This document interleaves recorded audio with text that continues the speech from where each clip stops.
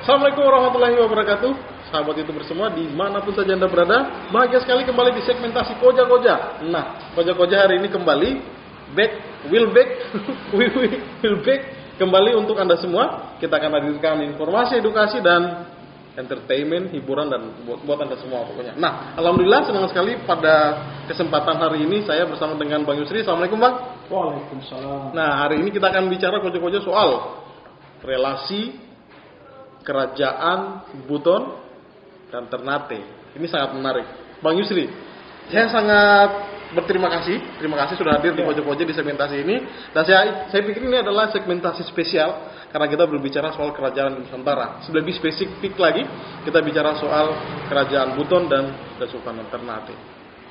Nah, sejak zaman dulu itu Kerajaan Buton sudah membangun relasi dengan kerajaan-kerajaan di Nusantara, sama halnya juga dengan Kesultanan Ternate. Nah, ini bisa digambarkan seperti apa hubungan yang kadang-kadang pasang surut begitu, Bang Yusri. Silakan, Bang. Iya, terima kasih Koril Marpak Koja-Koja. Yes. Jadi ini tema yang sebenarnya juga tidak kalah menarik dari banyak tema yang lain untuk kita bahas, sehingga kita generasi Buton itu harus banyak belajar dan menemukan pengetahuan yang utuh bagaimana sebenarnya hubungan Ternate dengan Buton, bagaimana hubungan Buton dengan Goa misalnya. Jadi kalau kata Prof. Susanto ya, yang bukunya salah satunya ada di tangan Skoril, Buton sekalipun tidak sebesar Goa dan tidak juga sekuat Ternate, tetapi terbukti bisa eksis di tengah dua hegemoni raksasa ini. Jadi Buton digambarkan oleh Prof. Santo itu sebagai sebuah kerajaan yang tepat berada di tengah dua kerajaan besar di abad ke-16 ke-17 yang menempatkan Buton itu harus betul-betul cerdas berpikir, hendak berpihak kemana. Maka kalau kita kembali melihat manuskrip lokal kita di Buton ya, kita akan menemukan apa yang disebut Prof. Susanto itu sebagai beliau mengambilnya untuk kemudian menjadi judul disertasinya ya, Labu Rope Labuan. Kapan rope di Labu, kapan wana di Labu. Jadi kalau Buton itu diperandaikan sebagai sebuah perahu, maka dari dua musim yang ada di sini itu Buton tidak pernah berlepas diri dari yang namanya kesiagaan. Waspada. Pada musim barat mereka mewaspadai yang namanya Goa. Karena di musim itu angin bertiup dari barat dan bisa membawa kapal-kapal Goa dalam waktu yang tidak lama bisa sampai di Buton. Pada musim timur, Buton siaga untuk juga menghadapi Ternate yang di awal abad ke-16 ya. Kita sangat bisa memahami begitu sangat ekspansif Ternate, meluaskan pengaruhnya, dan pengaruh itu yang menjadi wilayah-wilayah sasaran mereka adalah pulau-pulau dari timur sampai ke barat. Maka kita kemudian kalau membaca bukunya Adnan Amal, ya, Kepulauan Rempah-Rempah, itu Ba'bullah itu disebut sebagai penguasa 72 pulau. Sultan Ternate. Ya, Sultan Ternate. Jadi sultan paling masyhur di Ternate adalah yang disebut sebagai Sultan Ba, orang-orang Ternate menyebutnya, atau kita lebih mengenalnya sebagai Ba'bullah. Karena di masanya Ternate betul-betul mencapai puncak yang namanya kejayaan. Bahkan kalau kita membaca manuskrip dari Ternate, Buton pun disebut sebagai pasal. Pasal itu daerah bawahan. Daerah bawahan itu berarti adalah daerah taklukkan. Nah, ini yang menarik. Apakah anggapan dan klaim Ternate itu mendapatkan konfirmasi juga? Kita coba kembali di Buton. Bagaimana Buton melihat Ternate? Ya. Tetapi sebelum itu, supaya kita menemukan gambaran yang utuh, ya, saya ingin membawa kembali mengapa Buton akhirnya tidak ke Ternate dan tidak ke Goa, dan malah kemudian memilih untuk bersekutu dengan bangsa asing, atau kita menyebut saja Belanda. Ya. Menurut saya, apa yang diambil oleh Lelangi keputusan itu, itulah langkah paling cerdas dan paling strategis di waktu itu. Iya. Kenapa? Karena dalam situasi yang tertekan, dalam posisi di tengah tekanan dua kerajaan tetangga yang besar, maka langkah paling memungkinkan adalah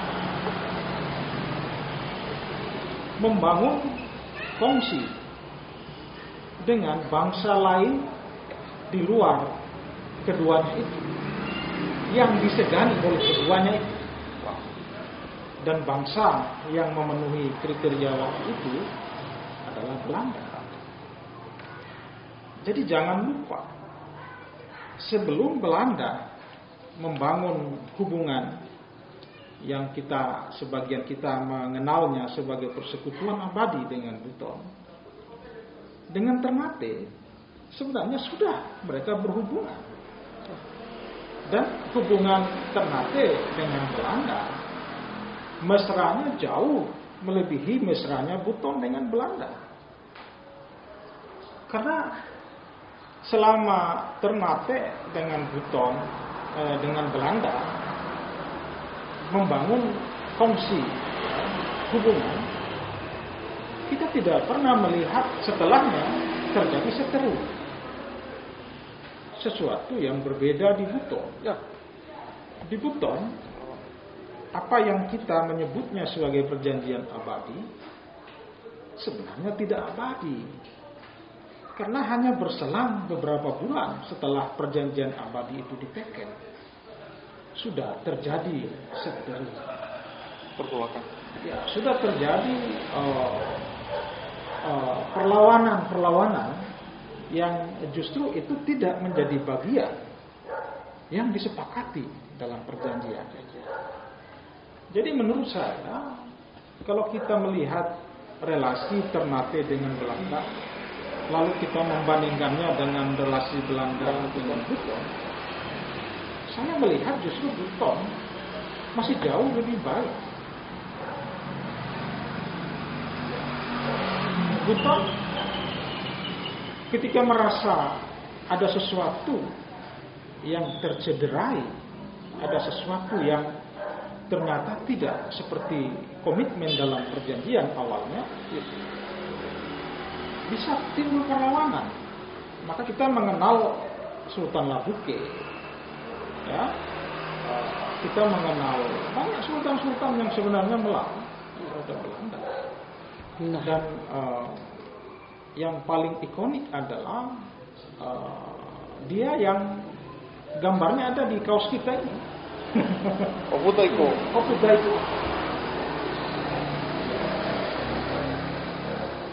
Jadi Lelangi memulai sebuah inisiasi besar karena beliau tidak punya pilihan lain. Ingin menjadi bagian dari Ternate, bagaimana dengan Goa? Ingin menjadi bagian dari Goa, bagaimana dengan Ternate? Maka yang diperlukan adalah orang dari luar kedua kerajaan tetangga itu. Datanglah Belanda. Belanda yang punya pengaruh di Ternate bisa menekan Ternate. Hai Ternate, Buton itu adalah teman saya. Kau jangan lagi mengganggu dia. Begitupun dengan Goa. Hai Goa, saya sekarang sudah berteman dengan Buton. Kau jangan lagi mengganggu Buton. Maka memang di awal-awal hubungan itu, Ternate kita melihat semakin surut dalam upaya mengekspansi Buton. Ketika Belanda sudah membangun hubungan dengan Buton. Tetapi ada persoalan-persoalan.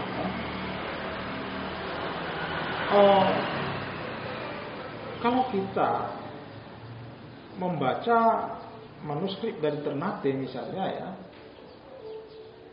hubungan Buton dengan Ternate itu jauh telah terjalin sebelum bangsa-bangsa Eropa datang sebenarnya. Ya. Ini sumber-sumber Ternate. Jadi Buton itu menjadi bagian dari periode awal sejarah Kesultanan Ternate. Rujukan kita ada pada yang ditulis ya oleh yang namanya Antonio Galvão. Ya. Antonio Galvão itu adalah gubernur Portugis di Maluku. Dia itu gubernur paling masuk. Jadi dia orang Portugis ya. Jadi dia duta Portugis yang diamanahi tugas menjadi gubernur di wilayah Maluku. Namanya Antonio Galvão ya. Dia berkuasa itu tahun 1536 sampai 1539. Jauh sebelum. Antonio Galvão ini juga adalah seorang cendekiawan. Dan dia melakukan tugas sampingan sebagai peneliti. Dia tertarik dengan mitos-mitos bagaimana kerajaan-kerajaan di Maluku itu bermula. Maka ada satu dongeng ya, yang dia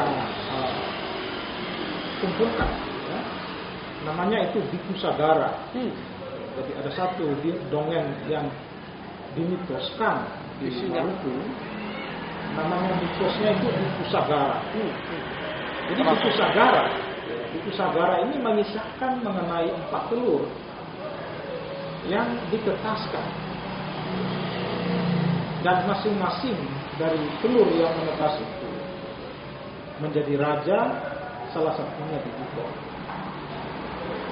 Jadi dalam pengertian ini sebenarnya kalau perandaiannya Buton sebagai salah satu dari telur yang kemudian ditetaskan, dan masing-masing dari telur itu menjadi raja di Ternate, menjadi raja di Jailolo, menjadi raja di Baca, dan Buton. Ini membawa kita pada pengertian bahwa antara Ternate, Buton, dan kerajaan-kerajaan paling awal di Maluku sebenarnya bersaudara, karena dari satu telur induk yang sama. Nah, itu mitos di Pusaka. Saya kira itu Mas Mori sebagai sangat indah saya dengar ini Bang Yusri, karena memang letak persaudaraan yang dibilang-bilang selama ini memang itu tergambar dalam tulisannya Mas Antonio tadi. Antonio Galvao ya. Luar biasa. Terima kasih Mas. Nah Bang Yusri, ada hal yang menarik ketika Bang Yusri katakan tadi bahwa ada Buton itu adalah takukan dari Ternate. Nah hal ini yang ketika Bang Yusri bilang ketika membaca manuskrip di Ternate bahwa memang Buton ini adalah taklukan Ternate, dan kita semua tidak percaya, dan saya sendiri tidak percaya Pak. Bisa dijelaskan itu? Jadi ini menarik ya.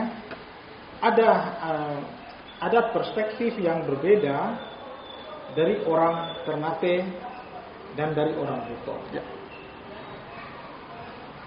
Ada pendapat yang berbeda bagaimana orang Ternate melihat Buton dan bagaimana orang Buton melihat Ternate. Itu hal yang lumrah sebenarnya. Saya pun juga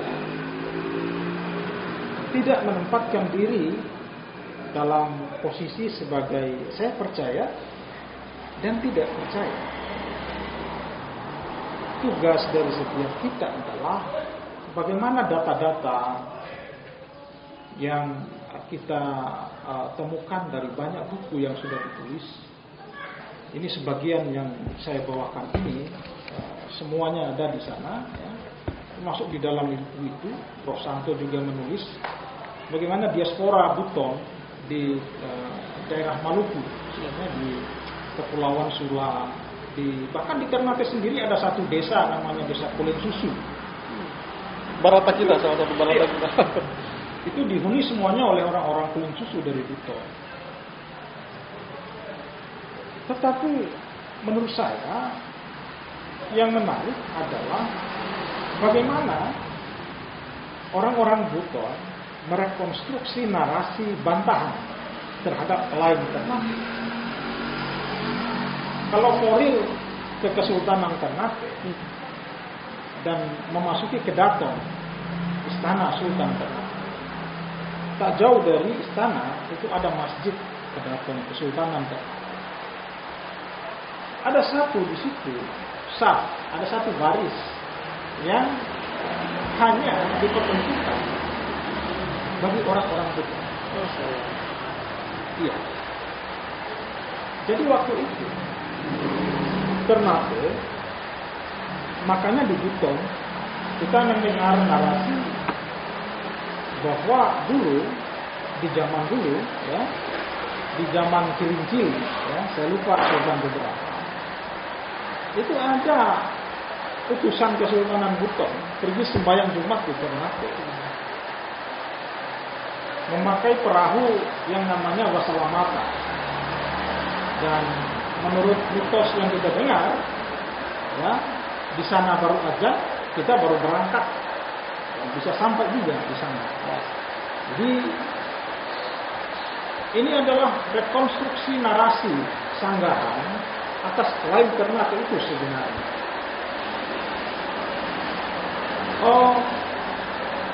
Adanya baris saf yang dikhususkan untuk orang Buton ya, di masjid itu sebenarnya itu adalah bentuk lain dulu Ternate mengharuskan wilayah-wilayah pasalnya harus sembahyang Jumat di situ.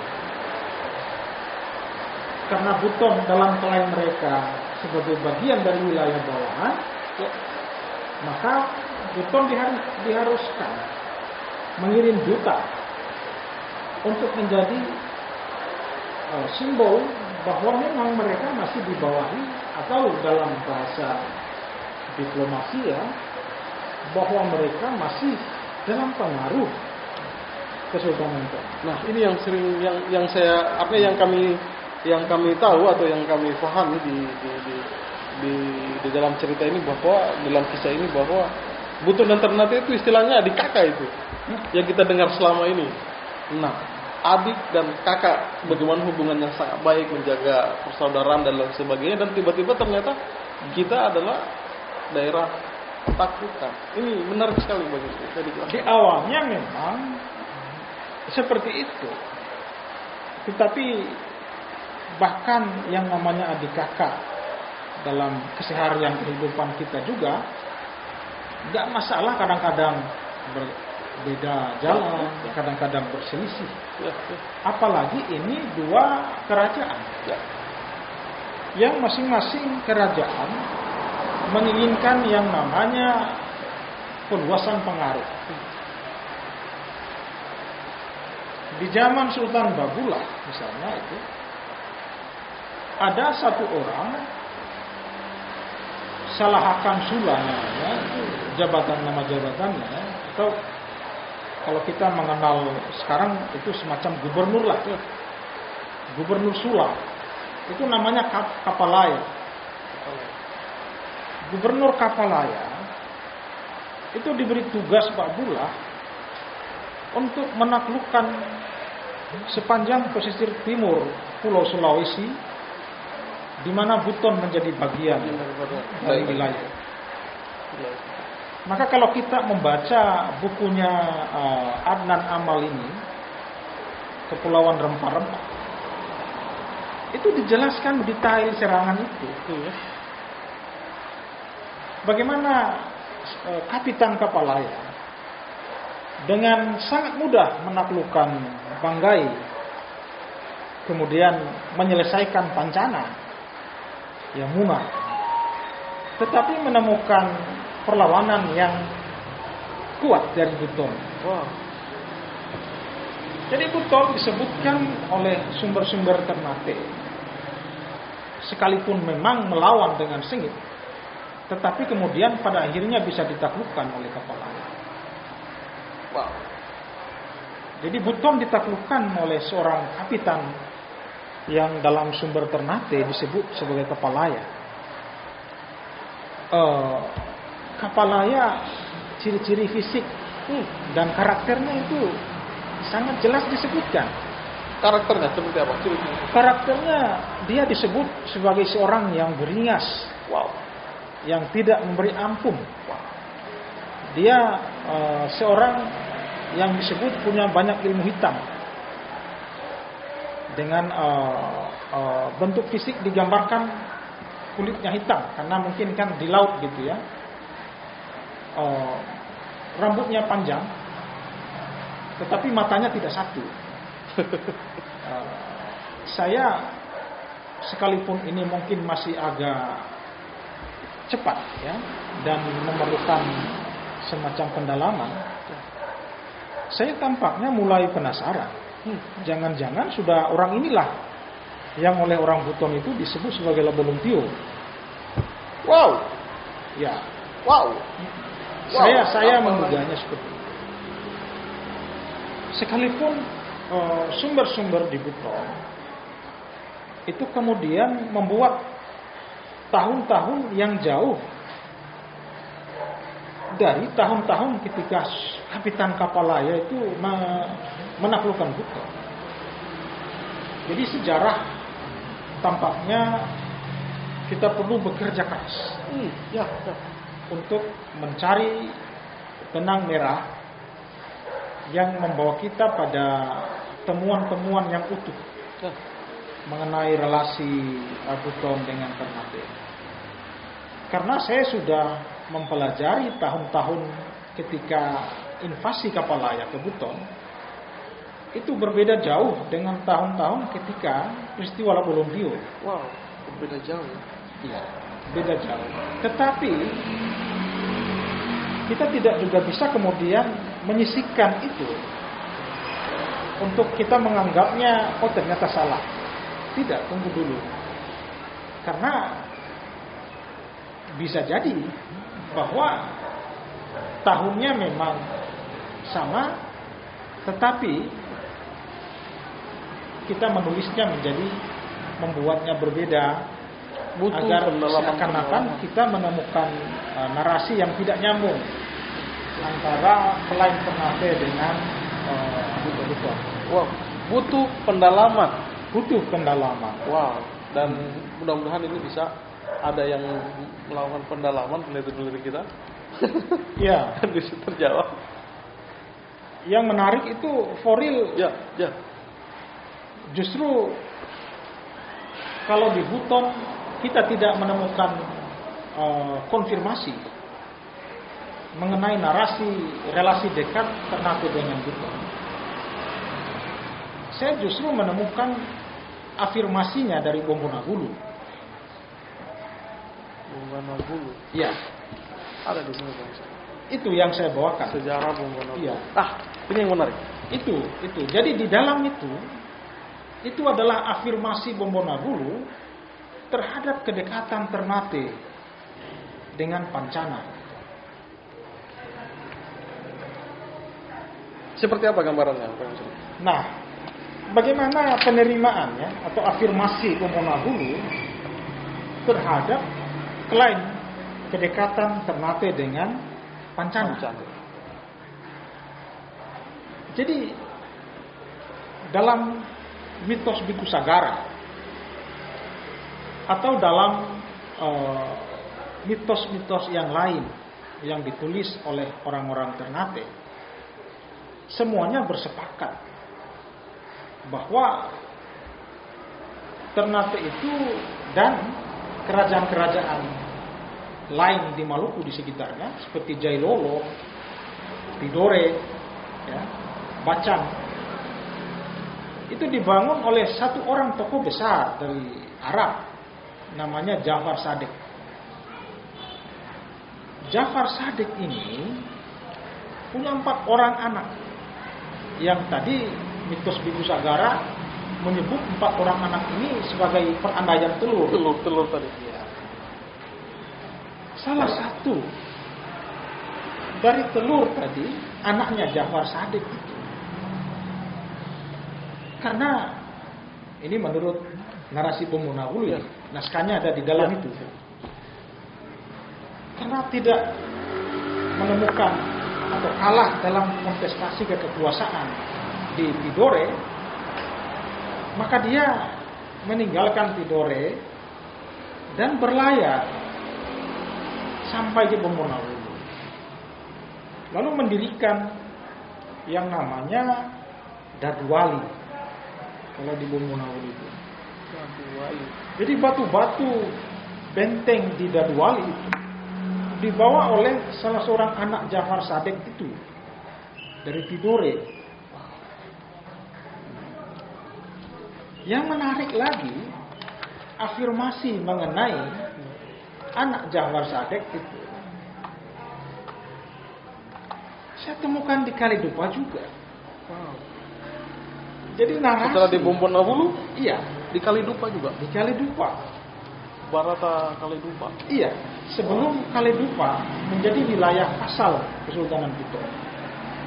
Narasi-narasi sejarah periode awal mengenai hubungan Ternate dengan kerajaan-kerajaan awal di Buton, itu justru kita banyak menemukan afirmasinya di luar Kesultanan Buton. Saya menemukan di Bombonagulu, saya menemukan di Kalidupa. Wow. Salah seorang anak Jafar Sadek yang di Bombonagulu dinamai Larahmani, tiba di Kalidupa, namanya juga Larahmani, kemudian mendirikan satu kerajaan, atau di Kalidupa itu dinamai Fungka. Tetapi mengenai Ar-Rahmani, saya menemukan juga keterangan yang jauh lebih mendalam di Kali Dupas, bahwa sebelum di Bomonabulu dia di Kali Dupa dulu. Jadi relasi-relasi ini yang menurut saya menarik di periode awal, ya, sebelum relasi yang awalnya itu sebagai saudara itu bersalin rupa menjadi relasi seteru, di mana ternyata memulai sebuah ekspansi penguasaan pengaruh kerajaan Bab Sultan Babula, Sultan Ternate. Wow, sangat luar biasa. Ternyata sudah lama terjalin ya. Sebelum, wow, luar biasa. Dan saya baru dengar ini, Bang Yusri. Terima kasih banyak informasinya ini. Dan memang butuh pendalaman seperti yang dibilang Bang Yusri tadi. Nah, terakhir ini Bang Yusri, bagaimana penerimaan kita masyarakat Buton terhadap hal ini? Apa itu? Ketika mendengar bahwa Buton ini adalah taklukan dari Ternate. Dan kalau saya secara pribadi tidak menerima itu, dan ternyata saya telah dijelaskan tadi, ternyata soal menerima atau tidak menerima itu kembali kepada sikap individu masing-masingnya. Hak setiap orang untuk menerima atau tidak menerima. Iya. Tetapi yang tidak boleh tentu memaksakan sikap kita. Misalnya saya tidak menerima, maka saya menganggap klaim Ternate itu sebagai tidak benar. Salah itu. Tidak boleh. Biarkan saja. Begitupun yang menerima. Saya misalnya dalam posisi bukan soal menerima tidak menerima. Menyampaikan fakta-fakta. Sejauh sumber-sumber yang saya baca, melalui bukunya Adnan Amal, dan melalui bukunya Prof. Santo, banyak referensi, dan melalui bukunya Fleke Nusantara, dan banyak buku yang lain yang mengafirmasi klaim Ternate itu. Jadi saya sebagai orang Buton harus ada keberanian untuk juga membaca apa yang menjadi sumber di luar kita di Buton. Misalnya mengenai Ternate di Buton, kita disuguhi narasi-narasi mitos yang kalau kita fahami itu sebenarnya adalah bentuk perlawanan terhadap apa yang menjadi klaim Ternate itu. Fori pernah mendengar misalnya bagaimana mitos atau cerita Sangya Wambulu misalnya yang menghadang ulama dari Ternate di Selat Baruta sana. Dan Sangya Wambulu di situ berpura-pura sebagai nelayan. Dia menghadang seorang ulama yang datang di Buton untuk mengajar Islam. Terjadi semacam saling menguji kedalaman pengetahuan agama antara Sangya Wambulu dengan ulama dari Ternate. Dan ternyata ulama dari Ternate itu tidak ada apa-apanya itu. Dia jauh dikalahkan Sangya Wambulu. Sehingga dia berpikir, ini Buton nelayannya saja pandainya begini, apalagi yang di dalam keraton itu. Baiklah, Bang Yusri. Luar biasa. Jadi mereka kemudian pulang karena merasa, wah ternyata Buton sudah jauh lebih dalam memahami pemahaman Islamnya. ya. Itu narasi-narasi yang direkonstruksi oleh Buton untuk untuk melawan narasi dari penaklukan dari Ternate. Baik, hal yang sangat menarik Bang Yusri. Dan baiklah, terima kasih banyak yang sudah menonton ini, dan semoga ini bisa menjadi bahan informasi edukasi kita. Dan terima kasih banyak Bang Yusri, kita sudah cerita banyak soal Buton dan Ternate dan Kerajaan Nusantara. Terakhir, closing statement, silakan. Saya kira begini, ya, kita sebagai orang Buton harus juga ada keberanian untuk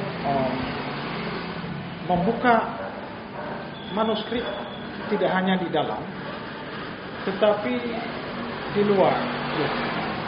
Di luar yang saya maksud itu tidak hanya misalnya kadie-kadie yang juga punya kekayaan sumber-sumber informasi masa lalu, tetapi bagaimana misalnya juga dengan Ternate, dengan Goa, dengan Luwu, atau dengan Salaparang di Nusa Tenggara sana, dengan Adonara.